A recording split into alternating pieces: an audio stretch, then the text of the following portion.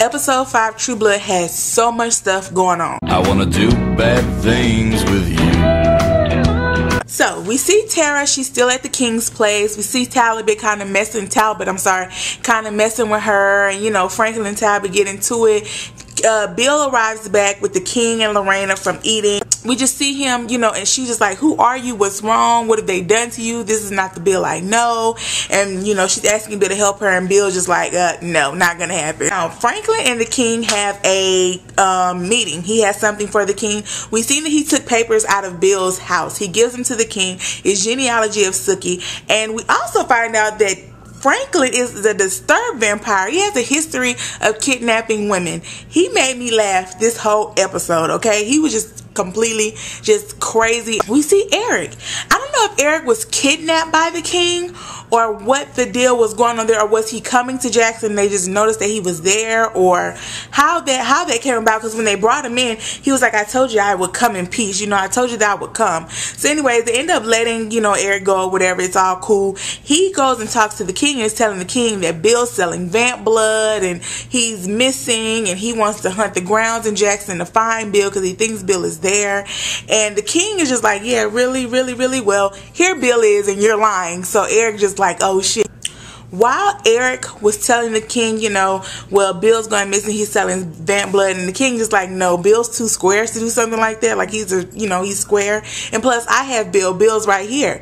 And so Eric's like, well, since your loyalty is with the king, that means, you know, and Bill's like, yeah, Sookie is no longer mine. So that is just like, oh my goodness, how is this gonna play out? Shoot. And Eric's like, you know, the magistrate has a child of mine, you know, and if I don't bring back Bill Compton, he's gonna kill her, you know what I'm saying? Well, the king understands, and the king's like, you know, he can't stand the magistrate. He don't understand why they give him so much power. So the king says that he has a way out for them, and I want to know what that way out is. Like, what could you possibly do? You know, you're selling your blood to, well, not selling your blood, but you're giving your blood to these werewolves.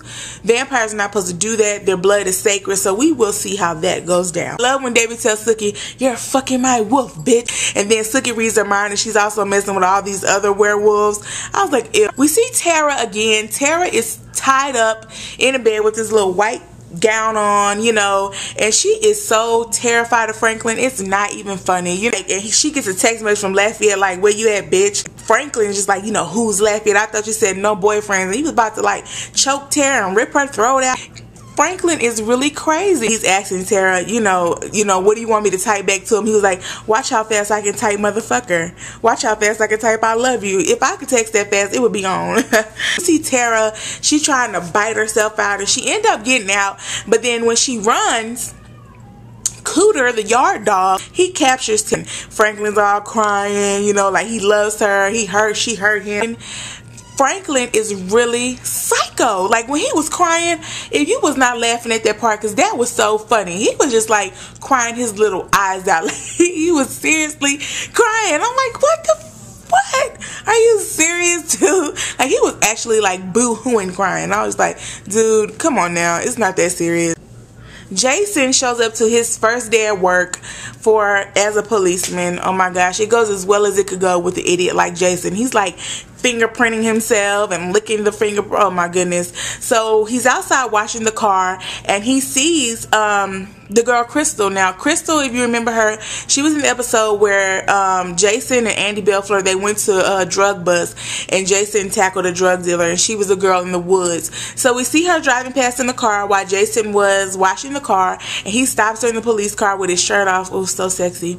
And you know, he's just trying to get her number. She's really not trying to talk to him like that, but he ended up inviting her to Merlotte's for a date. Jason is already in love with this chick. Like, she shows up at Merlotte's, but she doesn't go in. But when he's leaving and kind of looking to see if she came, she's out there and they're talking, and something is up with her. She has a lot of secrets too. I don't know how big of a role she's going to play, but she's going to play some kind of role, and I think she's a creature.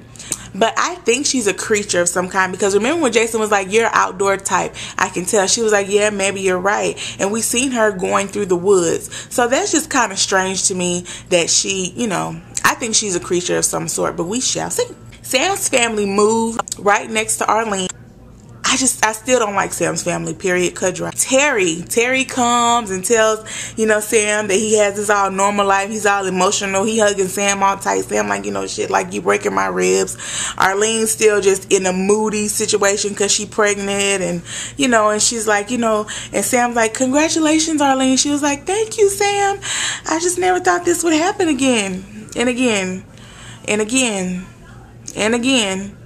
And that last time, like, we learned the wolves have a pack master. Sookie sees mine, and he's saying that he's going to be out for a while, but really he's going to see the pack master. Sookie maneuvers her way along, Aunt Blood too, and that he works with. So he's known this, but he's just scared and he doesn't want to get into it because he's a vampire king. You know, the vampire king could rip him to shreds in a matter of minutes if he wants to. Lafayette's mom's nurse comes to see him, and I think this is totally strange. And even when he comes up to Lafayette like, you know, what you doing here? Like, how she died, I hate her, she hated me, like, what you want? You know what I'm saying?